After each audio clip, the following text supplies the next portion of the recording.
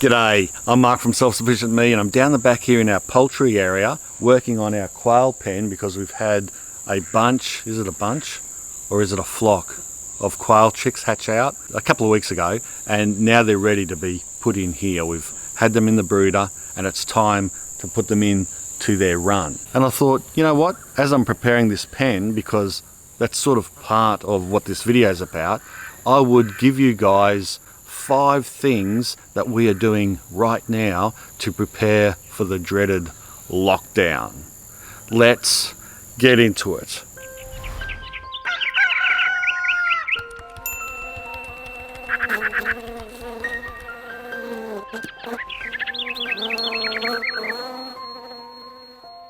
We certainly are living in extraordinary times. I mean, I can't remember a period in my lifetime where this has ever happened, except maybe when I was in the military and we used to be confined to barracks. If we were naughty or something like that, maybe we've had a bad night out in the town and then for the next 2 weeks they'd confine you to barracks. And it could get a little stir crazy.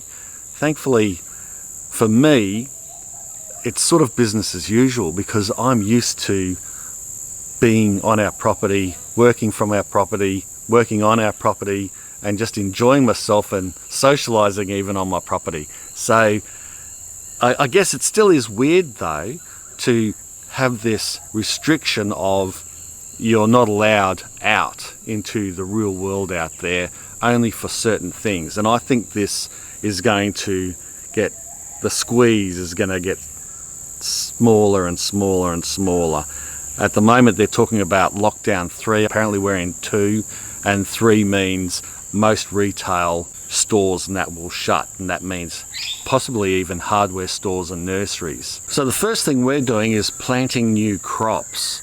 Whilst many other people I've noticed, because I had a visit to our local nursery slash hardware store last night for a little peekaboo and just to get a few supplies before it was total lockdown, and the vegetable seedling shelves or display was almost completely stripped. I think they just left flower seeds there. But thankfully we regrow a lot of our crops from the seeds that we save, and I suppose many of you probably do also. But if you haven't, I'd recommend that you do stock up on a few seeds. I mean, you don't need many, just several packets of the main staples that you eat, and then start planting them out. For us, we're lucky, we live in a subtropical climate, so we can grow all year round. However, we still got to think about what to plant when and the seasonal changes. Otherwise, you won't get the productivity out of those plants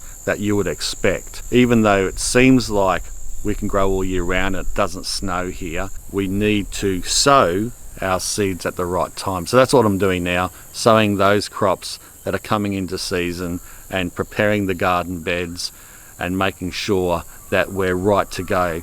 So if we do get a total lockdown, we have got this succession of food coming on. The second thing we're doing is stocking up on essentials, and I don't mean panic buying. You can still stock up on essentials and not go over the top and, you know, rip everyone else off by taking more than you sort of need. There won't be a shortage of food. There will always be supermarkets open to get some essentials that you need. But what I think might happen is lockdown 3 or whatever that is, or 4, might mean that we're not allowed out very much or at limited times, which is the case already. I personally, if it gets to that extreme, don't want to be going out that much anyway and risking illness to myself or my family. So we've been stocking up, meaning getting a month or 2 of food and the main essentials, which you can stock up on, which don't take up that much space.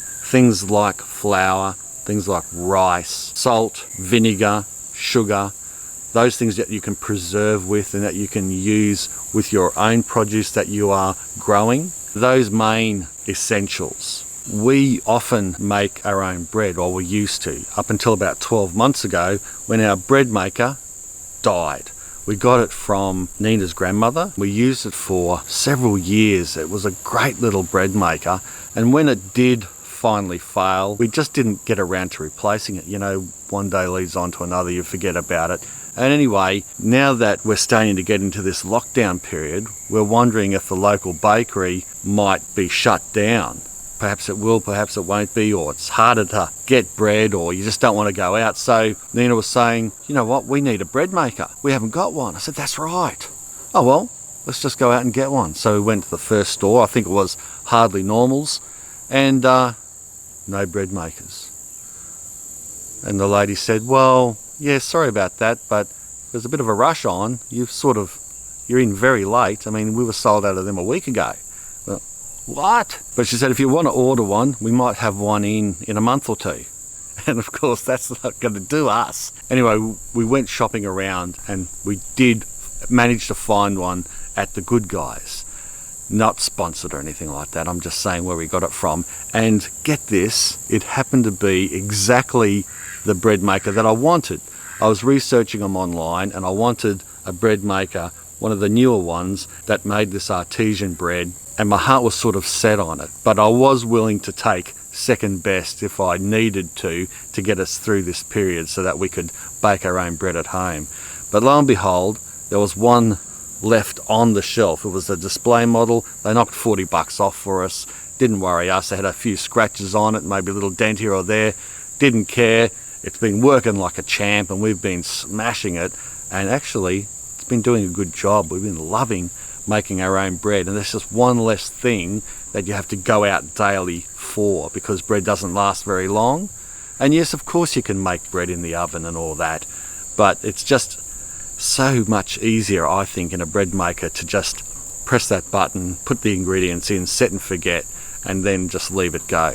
You can make focaccias on the side and all that in the oven, and pastas, but it is even good to make pasta in one of those bread makers. But anyway, that's the story of the bread maker. The third thing I've been doing is making sure that our poultry is going well and settled. When this started happening, I realised earlier on that we needed to get cracking, building up our stocks again. Again, a bit like the bread maker, sort of leaving the quail on the back burner, but not just the quail, of course. Chickens for us are extremely important. We've got a couple of ducks and they're nice to have. They haven't started laying yet, but we got them not so long ago. You might have seen that video, but that's not a biggie. My in-laws down south, they can't even get eggs from their local market because they're continuously sold out. We don't have that problem, because our chickens lay plenty eggs for us. We need to look after them, and we need to make sure that they're happy and kept up to the best standard possible so that they are as productive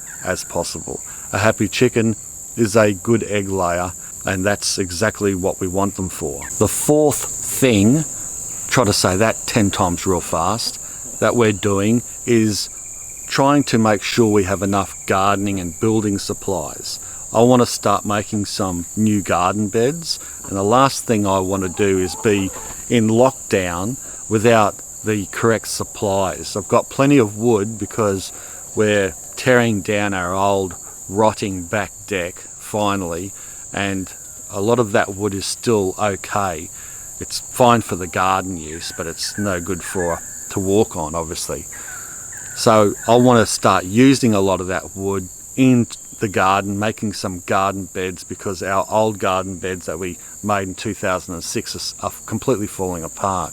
I've got to make sure I've got the screws for it, maybe some posts or some extra wood that I might need for structural purposes. I need to make sure I've got the right tools, like the right fittings for the screwdriver so that I can punch these screws into the wood, and all those types of things. Gardening supplies, maybe a little bit of citrus fertilizer here and there, some sugarcane mulch as well that we often use in the garden. So those types of supplies we're really stocking up on, just in case in the future, perhaps in lockdown 3, we might not be able to go to a hardware store. I think in a lockdown situation like this, a lot of people will be doing some DIY tasks and catching up on things that maybe got put on the back burner for a long time, and it is a good opportunity to start getting some of those jobs done that you hadn't got around to because our lives are so busy. And the fifth thing we've been doing to prepare for the lockdown is a bit of an odd one. It's keeping informed. So we've made sure that we've got our radio with the batteries all right to go. We had a blackout the other night. I was worried a little bit that because of the virus maybe making such an impact, which it hasn't yet, it could make services limited, and things like even the electricity supply get rationed, or people not be able to fix outages. But we haven't come to that point yet, thankfully. Hopefully we won't. But it still is good to stay informed. So making sure the radio is right to go, making sure that we're listening to the TV, we're keeping up to date with whatever the government is saying, or the media, even though I don't really like either. It's just good to stay informed. And the last thing I'll talk about being informed is not just ourselves being informed, but informing others. So ringing loved ones, talking to my mother, asking them how they're going, extended family, because you're not going to be able to see each other as often or at all possibly. Gives hope to someone and picks their spirits up, even especially if they are isolated themselves in a smaller place with not a lot to do, or on their own and don't have a partner or whatever. So that's what I mean by being informed. Speaking of informed, I hope you found my 5 things that we're doing to prepare for lockdown informing. If you did, make sure you give us a big lockdown thumbs up and share the video around. Subscribe if you haven't already. Thanks a lot for watching. Stay safe out there. Don't go crazy about the lockdown thing. Don't go stir crazy. Keep yourself busy, even if you're in a small apartment. Think about growing herbs on the windowsill. Google what you might be wanting to do next. Dream of maybe getting a self-sufficient property. I don't know, but just get into it. Thanks a lot for watching. Bye for now.